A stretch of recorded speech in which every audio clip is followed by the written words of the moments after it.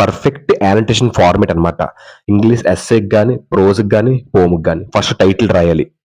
తర్వాత author name రాయాలి. తర్వాత extract lines for యానిటేషన్స్, context, explanation, critical comment, conclusion.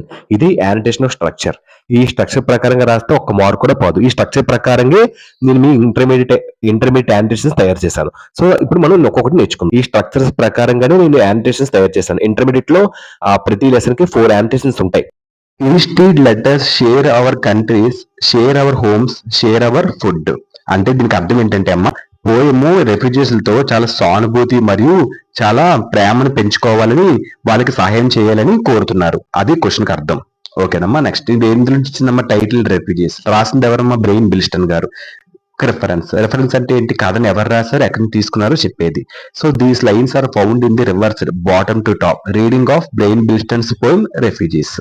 దీనికి అర్థం ఏంటంటమ్మా, ఈ లైన్ బ్రెయిన్ బిల్స్టన్ రాసిన రెఫ్యూజీస్ పోయంలో చివరి నుండి మొదటి వరకు చదివిన ఆ అర్థంలో ఇది ఉంటది. బాటమ్ టు టాప్ దాంట్లో ఉంటది. ఓకేనమ్మా. ఈ లైన్స్ కాంటెక్స్ట్ అంటే సందర్భం, ఎప్పుడు ఎక్కడ ఎలా జరిగిందో చెప్పేదే context. In this version the poem shifts from exclusion to inclusion. First of all exclusion అంటే ఏంటి, ఇన్క్లూజన్ అంటే ఏంటి? సో ఎక్స్క్లూజన్ అంటే వేరు చేయడం. ఓకేనమ్మా. ఇంక్లూజన్ అంటే ఏంటి? చేర్చడం. ఓకేనమ్మా. వేరు చేయడం, చేర్చడం. ఓకేనమ్మా. అంటే దీనికి అర్థం అంటే పద్యం పోయి మనకు రెఫ్యూజీస్ ని వేరు చేసిన దృష్టి నుండి వారిని మళ్ళీ తిరిగి ఇంక్లూజన్ అంటే పంచుకోవడం మరియు సహాయం చేయడం చూపించే ఒక దృష్టికి మారుస్తుంది. ఓకేనమ్మా. The speaker now advocates compassion and hospitality, welcoming refugees by sharing resources and space. ఇక్కడ ఈ పోయం ఏం చూపిస్తుంది? స్పీకర్ అంటే మాట్లాడేవారు మనకు కరుణ చూపించి, అంటే బ్రెయిన్ బిల్స్టన్ గారు మనకి ఏం చెప్తున్నారు ఈ పోయం ద్వారా? మనకు రెఫ్యూజీస్ పట్ల కరుణ చూపించి మళ్ళీ రెఫ్యూజీస్ తో రీసోర్సెస్ ని పంచుకోవాలని చెప్తున్నారు. అడ్వకేట్స్ అంటే ఏంటమ్మా? ఏదైనా ప్రోత్సహించడం. ఓకేనమ్మా. కంపాషన్ అంటే ఏంటి? కరుణ. ఓకేనమ్మా. హాస్పిటాలిటీ ఏంటి? ఆతిథ్యం, బాగా చూసుకోవడం. అది context. Explanation.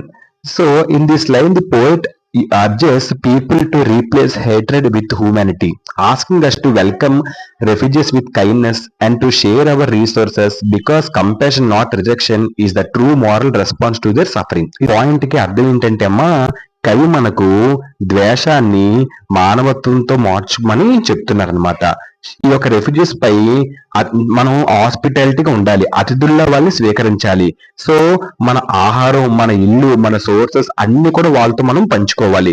Care and empathy, ఈ రెండు కూడా శరణార్థులపై మనం చూపించాలి. వాళ్ళని బాధ పెట్టేలా మనం చేయకూడదు, వారిని ఎప్పుడు కూడా నిరాకరించకూడదు, వాళ్ళని కూడా మనలో కలుపుకోవాలి, వాళ్ళు కూడా మనం కలుపుకోవాలని చెప్తున్నారు. ఓకేనమ్మా. ఇందులో హార్డ్ వర్డ్స్ ఏంటమ్మా? అర్జెస్ అంటే ఏంటమ్మా? ప్రోత్సహించడం. ఓకేనమ్మా. నెక్స్ట్ ఇంకేంటి? Hard words. కైండ్నెస్ అంటే జాలి. కంపాషన్ అంటే ఏంటమ్మా? కంపాషన్ అంటే కరుణ అనమాట. సో రిజెక్షన్ అంటే నిరాకరించడం. ఇదంతా హార్డ్ వర్డ్స్. క్రిటికల్ కామెంట్ అంటే ఏంటి? ఈ కథ చదివి కథ వల్ల మన ఒక అభిప్రాయం, రీజన్ విత్ ఒపీనియన్ అంటారు. ఓకేనమ్మా. క్రిటికల్ కామెంట్ ఏంటి? Bilston emphasizes the importance of compassion and generosity, urging society to treat refugees with dignity. అంటే ఫస్ట్ ఇందులో హార్డ్ వర్డ్స్ చెక్ చేద్దాం. ఎంపసైజెస్ అంటే ఏంటి? ఏదైనా గివ్స్ ఇంపార్టెన్స్, ప్రాధాన్యం ఇవ్వడం. కంపాషన్ అంటే ఏంటి? కరుణ, జాలి, దయ. జనరోసిటీ అంటే ఏంటి?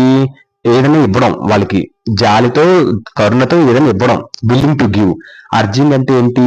స్ట్రాంగ్ గా ఏదైనా ప్రోత్సహించడం. సొసైటీ అంటే సమాజం, మనుషులందరూ కూడా. సో డిగ్నిటీ అంటే ఏంటి? రెస్పెక్ట్. ఇప్పుడు ఆన్సర్లోకి వెళ్దాం. అంటే బ్రెయిన్ బిల్స్టన్ గారు కరుణ మరియు జాలి, దయతో వీళ్ళు చూడాలి. సో సమాజంలో ప్రతి ఒక్కరిని అంటే ఈ యొక్క రెఫ్యూజీస్ ని చాలా గౌరవంతో వాళ్ళు చూడమని కోరుతున్నారు. సో ఈ యొక్క పోయం మనకు రెఫ్యూజీస్ పై సహాయం చేయాలి, వాళ్ళ పట్ల మనం బాధ్యతగా ఉండాలి సో అని చెప్తుంది. సో కరుణ ముఖ్యమని చూపించి సమాజం ఈ యొక్క రెఫ్యూజీస్ కి గౌరవంగా చూడాలని చెప్తున్నారు బ్రెయిన్ బిల్స్టన్ గారు. By sharing homes, food, and countries, he highlights humanity's moral duty to help those in need. Vocabulary. Highlights అంటే ఏంటి? షో క్లియర్లీ, ఏదైనా క్లియర్ గా చూపించడం. ఓకేనమ్మా. హ్యూమానిటీస్ అంటే ఏంటి? మానవత్వం అన్నమాట. పాయింట్ కి అర్థం ఏంటంటే అమ్మా, ఈ పోయిట్ మనకు ఇల్లు, ఆహారం, ఈ యొక్క కంట్రీస్ ని పంచుకోవాలని చెప్తున్నారు. సహాయం చేయాలి అందరికీ. సో దయ, కరుణ, మానవత్వం అనేది నేర్పుతుంది. Last conclusion. Bilston uses poetic inversion to reveal the truth that sharing and welcoming others in a higher form of human conduct. So ఇందులో కన్క్లూజన్, ముగింపు. పోయిటిక్ ఇన్వర్షన్ అంటే ఏంటమ్మా? పద్యాన్ని చాలా విపరీతంగా చదవడం అనమాట. ఓకేనా, డీప్ గా, అన్ని రకాలుగా. సో రివీల్ అంటే ఏంటి? చూపించడం.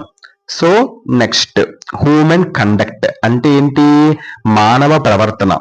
ఓకేనమ్మా. ఇప్పుడు ఈ పాయింట్ కి అర్థం ఏంటంటే అమ్మా, సో పద్యం మనకి విపరీతంగా చదవడం ద్వారా లోతైన అర్థాన్ని మనం చూస్తున్నాం. బ్రెయిన్ బిల్స్టన్ గారు నిజాన్ని చూపిస్తున్నారు. దేశం నుంచి ప్రేమను పంచుకోవడం, వాళ్ళని ఆతిథ్యంగా ప్రేమతో చూసుకోవడం అనేది మనకు నేర్పిస్తున్నారు బ్రెయిన్ బిల్స్టన్ గారు. సో రెఫ్యూజీస్ పట్ల పద్యం మనకు దయ, కరుణ, మానవత్వం అవన్నీ కూడా నేర్పిస్తుంది. ఓకేనమ్మా. Done. This structure encourages readers to reflect on the power of compassion and the danger of one sided narrative. అంటే దీనికి ఇందులో హార్డ్వేర్స్ చూడమ్మా. స్ట్రక్చర్ అంటే ఏంటి? అరేంజ్మెంట్ అన్నమాట. సో ఎంకరేజెస్, ప్రోత్సహించడం. సో వన్ సైడ్ అంటే ఏంటి? ఒక సైడ్ మనం చూడడం. సో నెరేటివ్ అంటే స్టోరీ. సో ఇప్పుడు దీనికి అర్థం ఏంటంటే అమ్మా, ఈ యొక్క పద్యం టాప్ టు బాటమ్ లేదా బాటమ్ టు టాప్, ఈ రెండు కూడా మనం చదివే వాళ్ళకి ఆలోచించమని నేర్పిస్తుంది అనమాట, మోటివేట్ చేస్తుంది. ఇది దయ, సహాయం యొక్క శక్తిని చూపిస్తుంది. అదే సమయంలో ఒకవైపు టాప్ టు బాటమ్ ఒకవైపు మాత్రమే చూడటం ప్రమాదకరమని చూపిస్తుంది. అది top to bottom hate, bottom top love. So refugees పట్ల బాధ, వాళ్ళ పట్ల హేట్ కాకుండా వాళ్ళ పట్ల కూడా సానుభూతి, ఇదంతా చూపించాలని ఈ యొక్క పోమ్ మనకి నేర్పిస్తుంది. బ్రెయిన్ బిల్స్టన్ గారు చెప్తున్నారు.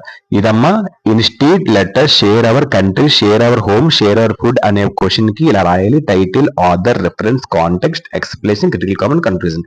ఇలా రాస్తే మీకు ఒక్క మార్క్ కూడా పోకుండా మీ చేతిలో ఫుల్ మార్క్స్ ఉన్నట్టే.